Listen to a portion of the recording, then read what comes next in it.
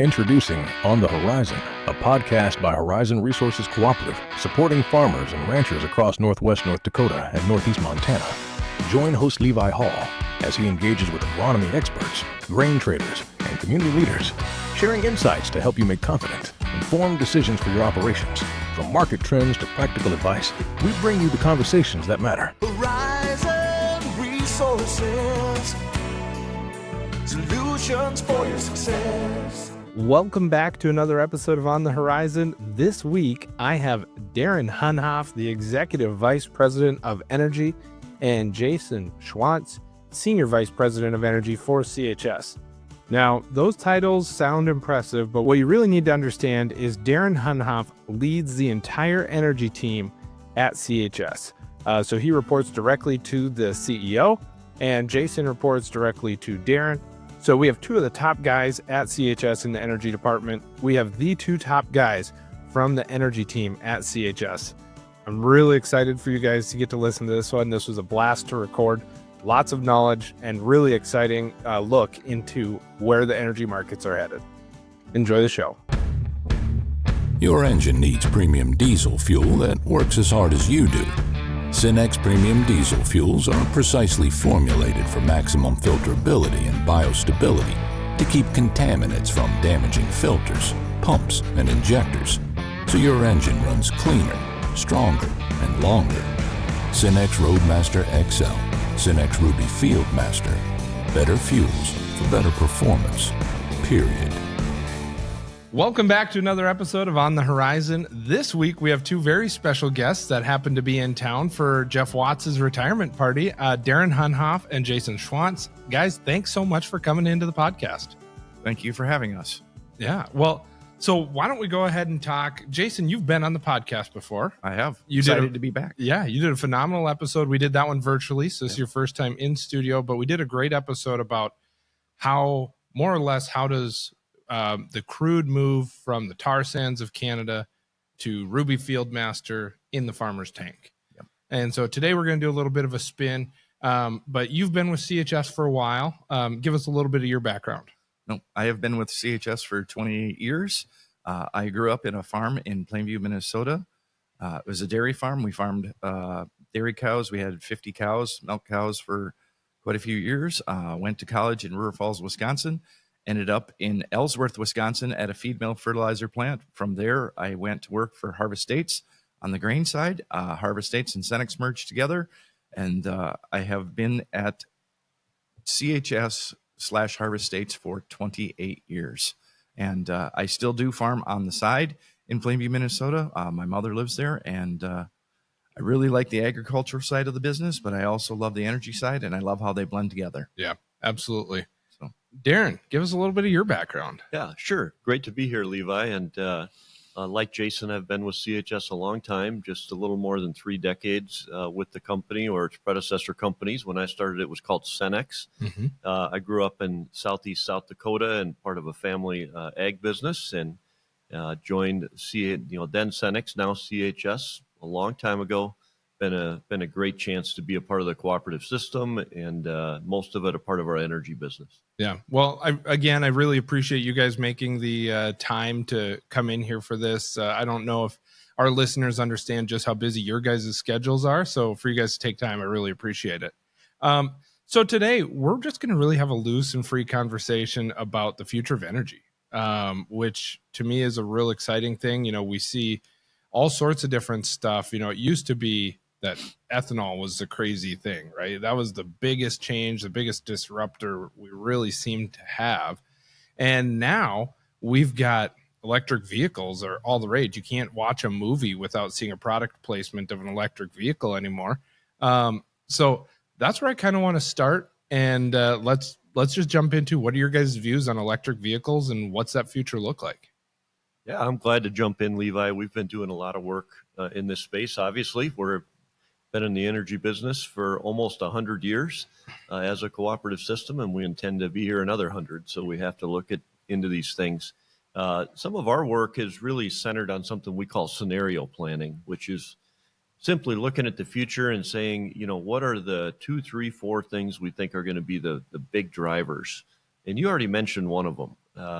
two of them we're really keen and focused on are how fast do electric vehicles, electrification, if you will, how fast does that happen across the world, across the country, within the world, the parts of the world that we compete in together? But then also the other one we're really watching is, you mentioned ethanol, but renewable fuels don't stop at ethanol. Right. So there's, how does that evolve, and how great a share do renewables like biodiesel, renewable diesel, even renewable products we're not even talking about yet, how do they gain a greater share of the fuel market, if you will? So EVs are interesting. I think I would agree with you that on the press and in the press, you see a lot about it. The realities associated with that look a little different to us. We look at the data every quarter, how many new light-duty vehicles across the country are sold as EVs. And there was a lot of growth in that space, really for the last 5 or 6 years. If you would have interviewed me a year ago, I would have said we were quickly headed towards a world where 1 out of every 10 light-duty vehicles in the country were an EV, right, and it'd probably keep climbing. Yeah. But that's really changed within the last 18 months or so. It's sort of leveled off and even retreated a little bit. So I think that at least for now, there's a bit of a saturation point. Yeah. So I know you guys have had data, and I can't remember the number off the top of my head. What % of the vehicle market is electric vehicles right now? We really watch it by new sales. Okay. And that's hovering around 7 or 8%. So okay, think of it, out of every 100 cars that go off the lot today, 7 or 8 of them will be in a full EV. That doesn't account for hybrids. Hybrids have actually picked up a lot of steam in the last year or so. But if you think about how long it takes the U.S. car fleet to turn over, it's still quite a small percentage that are EV. Yeah. I'm not sure Jason's even gotten itself to 1% yet, just because the average person keeps their car for 8 to 10 years. Right. So the low carbon fuel standard is something you touched on a little bit with the renewable diesel.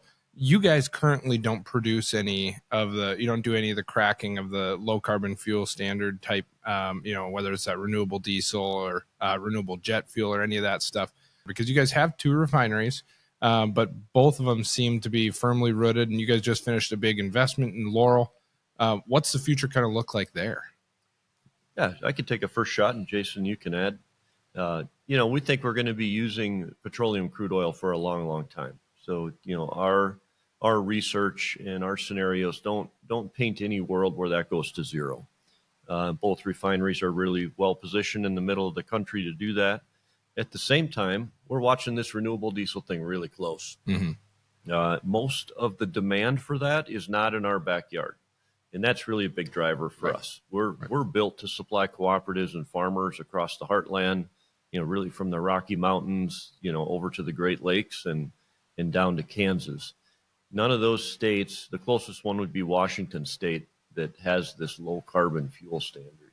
If we saw those standards come inland, if you will, that would perk our interest, because we have the capabilities to take soybean oil and turn it into diesel fuel. It's very similar to what we've been doing for decades.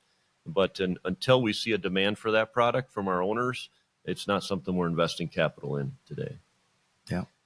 I think, to add to Darin's point, if you look at it, when we do turnarounds and things on our refineries, we'll always make sure that we're up to date to make sure that we can process, renewable diesel and things like that, because I think it does have a future. No matter what administration in there, things are coming at you, changes, and I think we've got to be ready for them. And I think we're making sure that we are prepared. I think co-processing would be kind of a neat thing someday, but you need quite a bit of help, quite frankly, on those LCFSs. You need those credits in order to make it financially work. And I think it's going to be a little bit of a burden on it, those financial requirements, but I do think we're keeping a pulse on it. So you talked about turnaround. You mentioned that a little bit. Why don't you tell our listeners a little bit, what is a turnaround at the refinery, and what's that whole process look like? Yep. So turnarounds at the refinery are maintenance that has to be done to make sure things are up to snuff. At our Laurel refinery, we use a lot of heavy sour crude from Canada, and that can be really tough on pipes and things like that. You'll hear some people talk about metalling up, and our refineries are metalled up, and essentially that crude is so acidic you have to use stainless steel pipes. Sure. Even stainless steel pipes wear out after time. So they do turnarounds every year, small ones, but we have our 2 refineries, both of them on a schedule where they do a large turnaround every 5 years. It just so happens that McPherson just finished one up, and in 2026, there's a big plan in Laurel to do that. But essentially, these places run hard. There's always maintenance that needs to be done. There's wear and tear on them, and you have to shut those down, make sure that they run safe and reliably. And that's why we do the turnarounds, to make sure that we keep providing the product that people need. Yeah, absolutely. It's an important process. And what a lot of people don't realize is when these federal regulations come in, it's not effective today, right? It's a 5-year, 10-year window or larger, so yeah, those are part of that process, I guess. Yeah. Turnarounds are something that you have to do, and keeping people safe is first and foremost to ours, and supplying our customers is making sure that we can do that.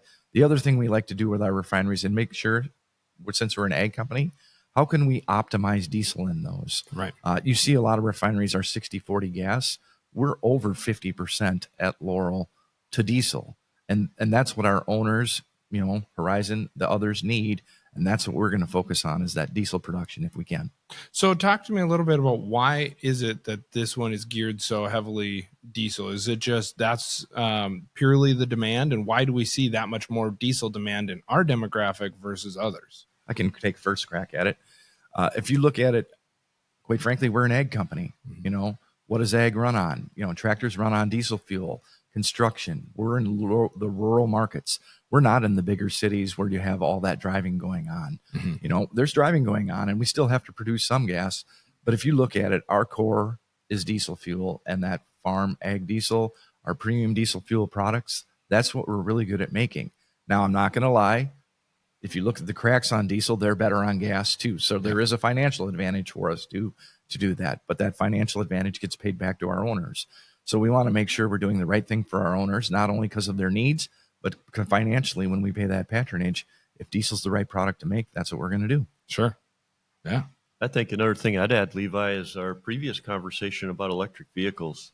We see the demand for diesel fuel much less affected by things like electrification. It's really hard to electrify today's ag equipment, today's construction equipment, the scale at which our farm producers do their work. So we see that a long ways out on the horizon, if ever, but it is affecting gasoline demand. So the more we can optimize that diesel make, the better for our owners, the better for our customers. I definitely think there's a use case for electric vehicles. If I lived in Phoenix, Arizona, and I had a 15-minute commute to the office, I'd give it a hard look. Up here, I don't know that it really fits my footprint. And you kind of mentioned the Rocky Mountains to the Great Lakes down to Kansas is your guys' footprint. Gets a little difficult to rely on the electrification in the winter. So let's talk a little bit about some other sources. So one of the big ones we've seen, I know that there's a few school buses out here running on propane. Talk to me a little bit about that. What's that future look like? Have we kind of peaked there on demand, or do you guys see more of these school buses and large carriers that are going to go towards propane? I think if you look at it, propane is a very good, clean source of fuel, and it's really kind of custom built for these kind of routes that you have. If you're running routes, I think, and you look at it, bus routes are a great example of this. You can run propane. Your engines will last longer. Bluebird is one of the big manufacturers of buses. I was a little shocked to find out 70% of their new buses are propane powered. Really? Versus 30% distillate. So I do think there is a good future in it. Anything that can run a route like that where you can come back to a fueling station, I think propane has a really good CI score, which is the score, carbon intensity score.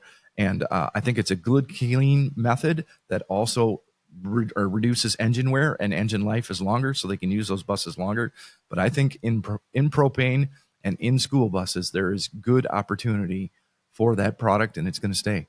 So do we ever see that move to the passenger vehicles? There are passenger vehicles. I think that's a little tougher because if you're refueling and not coming back to the same location, it's not like where you have a route. Mm-hmm. So I'm a big believer in the buses and the routes, things like that.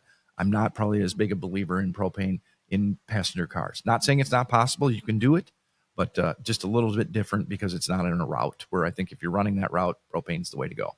So you guys have also done studies with compressed natural gas, I believe, too, in some large vehicles. What did you guys find on those?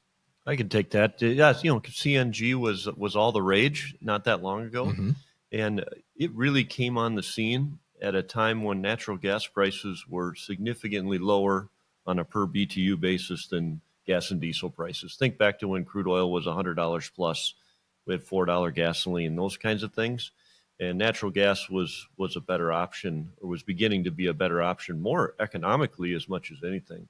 But it kind of fizzled out. I mean, it's become a niche product. It's still out there, but I don't see a lot of expansion with it in the markets that we operate. And that's because that price spread has closed a bit, and the infrastructure costs around CNG, compressed natural gas, are pretty high. And you go back to, we talked a little bit about propane. That's where propane can play a role in many of the same markets that CNG was sort of targeted for, but at a lower entry price, lower infrastructure price, more proven technology, and you still get that low CI score or cleaner burning fuel that some consumers and customers are looking for.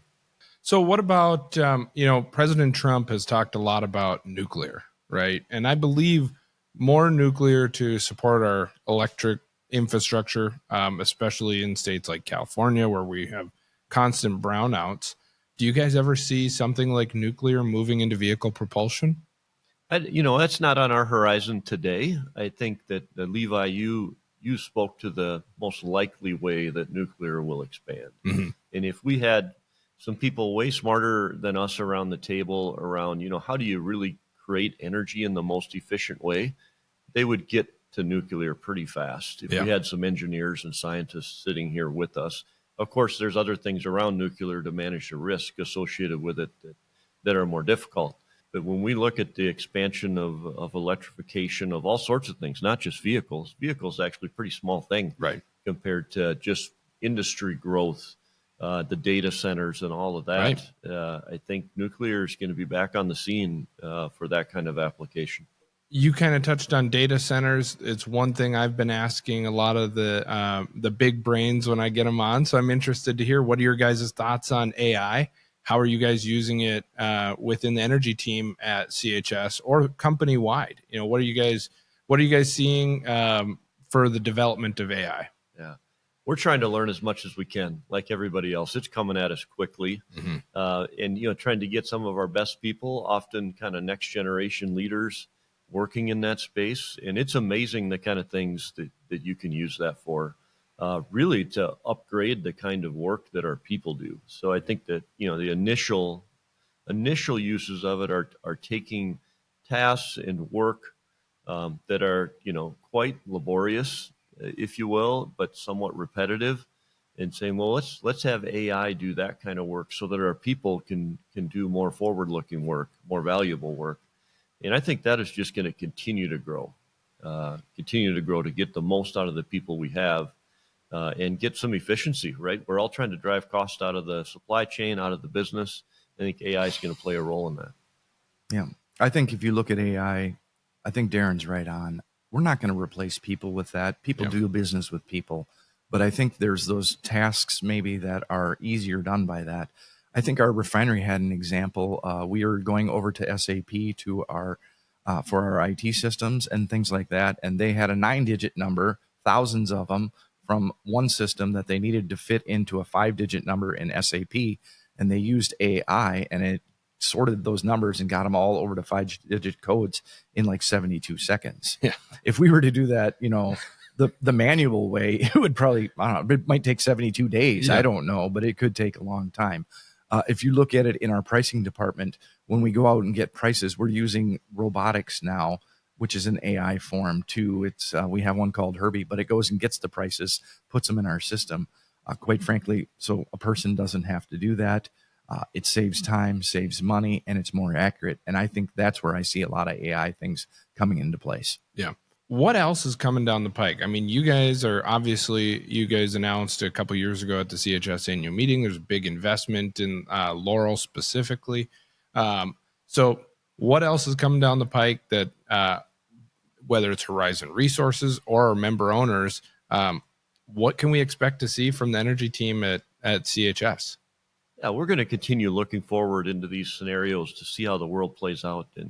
And one thing that I've certainly learned is about the time you think you know where something's going, it changes. Yeah. And we've talked about some of those things already today. So we're going to remain vigilant on being data driven, trying to see where that puck is going so we can skate there.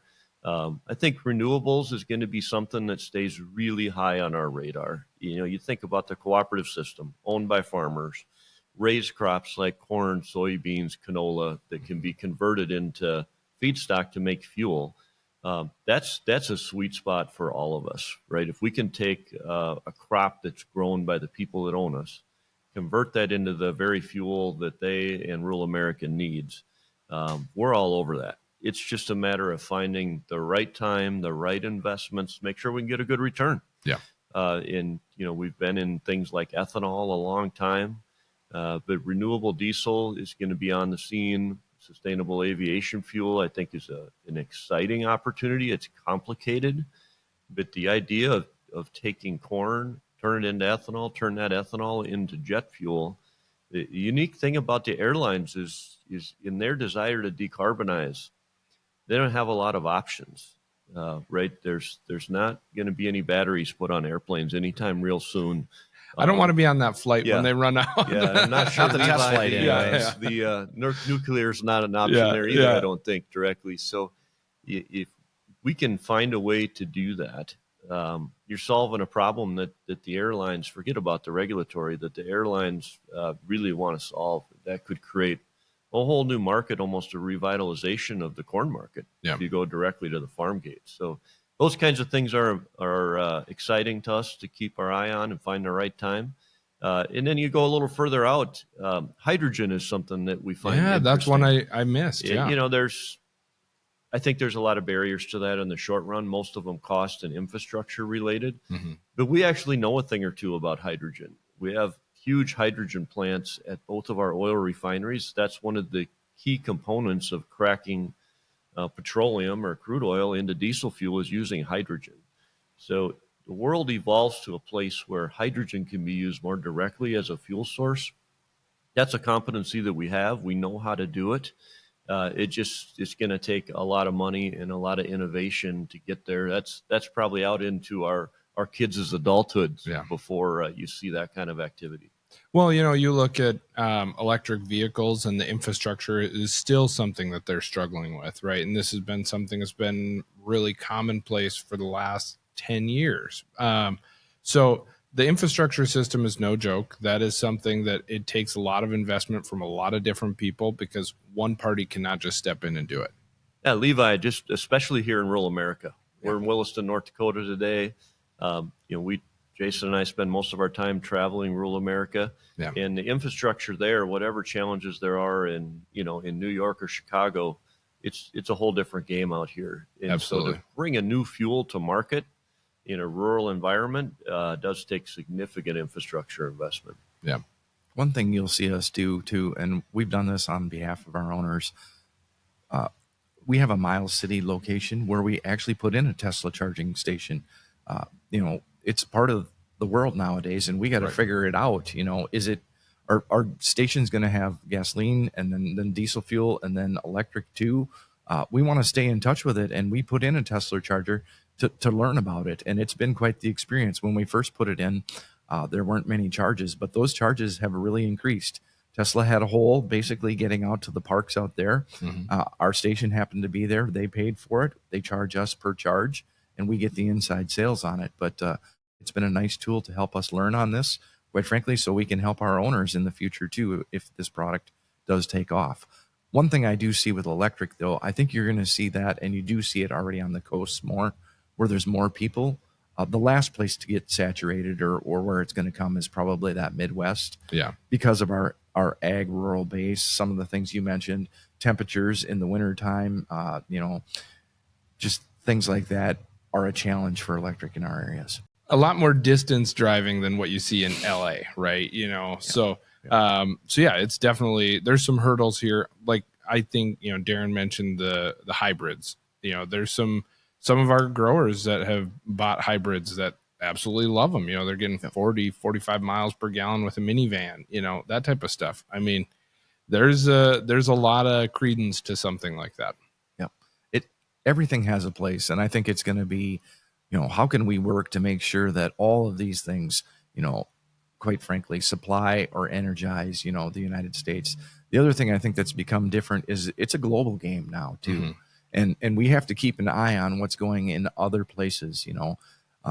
Countries that are emerging, some of them are building refineries, things like that too. So I think if you look at it, a lot of product is going out of the United States. Propane is an example. Propane gets exported all the time.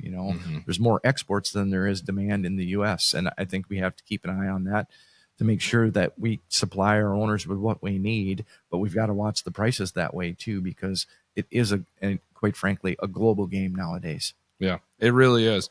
Do you guys ever think there'll be another refinery built in the U.S.? I think it's unlikely. There could be a smaller plant built. We saw some of that when the Bakken boomed, where that got interesting because we had new crude oil source up here in the region. But to build a modern, full-scale, complex new refinery, I count as very unlikely. What I think we've seen instead is you build a new refinery inside of the ones you have. Yeah. If I look at both of the facilities we have, which are small in the grand scheme of global refining, but both of them over the course of the last 10 or 20 years, we've essentially built new refineries inside of them. Yeah. You can leverage all that infrastructure. The infrastructure's already there. The pipeline connections, the hydrogen plants, the power, all the essentials you need are there. So the savings to expand something you have versus build something greenfield is just exponentially different. Yeah. Same way in a lot of your businesses, Levi. Yeah, absolutely. Yeah. I mean, the cost of building brand new, we've looked at it with our downtown grain elevator. Do we like that it's downtown? Not really. It's in a terrible spot. It's hard for farmers to get to. To build a brand new one is about $40 million right now. So do we have the production base to support that? I don't know that we do, so at least not today. Now, as we see, if corn skyrockets to a new standard of $6 because we figure out some new demand for corn, like you've alluded to, and genetics keep improving at the rate that they're improving, does that mean in 10 years we couldn't be growing 40% corn out here? Yeah, we sure could be, but it's not on our map right now. We surely aren't going to build and bank on that right now, but yeah, lots changing in the world. Thank you guys so much for coming on the podcast. I really appreciate you taking the time. Yeah, thanks, Levi. We really appreciate being a part of it. We appreciate working with Horizon Resources every day. Yeah. No, we appreciate it. I appreciate you having us on. It's fun to be out here, and it's always fun to get on the podcast. Perfect. We'll have to have you guys on again. Thank you for tuning in to On the Horizon. If our conversation today sparked your interest, make sure to subscribe to our podcast on your favorite platform. Stay connected by following @Horizon Resources Co-op on Facebook and Instagram, and explore the world of agriculture with us. We're excited to continue bringing you real conversations with Horizon Resources industry partners, member owners, and employees, discovering more about your local neighbors and community friends. Until next time, keep looking towards the horizon. Horizon Resources, solutions for your success. This podcast is for informational purposes only and is not to be used or considered as an offer or a solicitation to buy or sell commodities. Horizon Resources does not make any representation, warranty, or guarantee as to the completeness, accuracy, timeliness, or suitability of any information contained within any part of this podcast. Horizon Resources does not accept any liability for any loss or damage, including without limitation loss of profit, which may arise directly or indirectly from use or reliance on such information. Whilst the information provided has been obtained from sources believed to be reliable, Horizon Resources does not attest to its accuracy or completeness. Horizon Resources reserves the right to change any source without restriction or notice. The information herein is indicative only and is subject to change.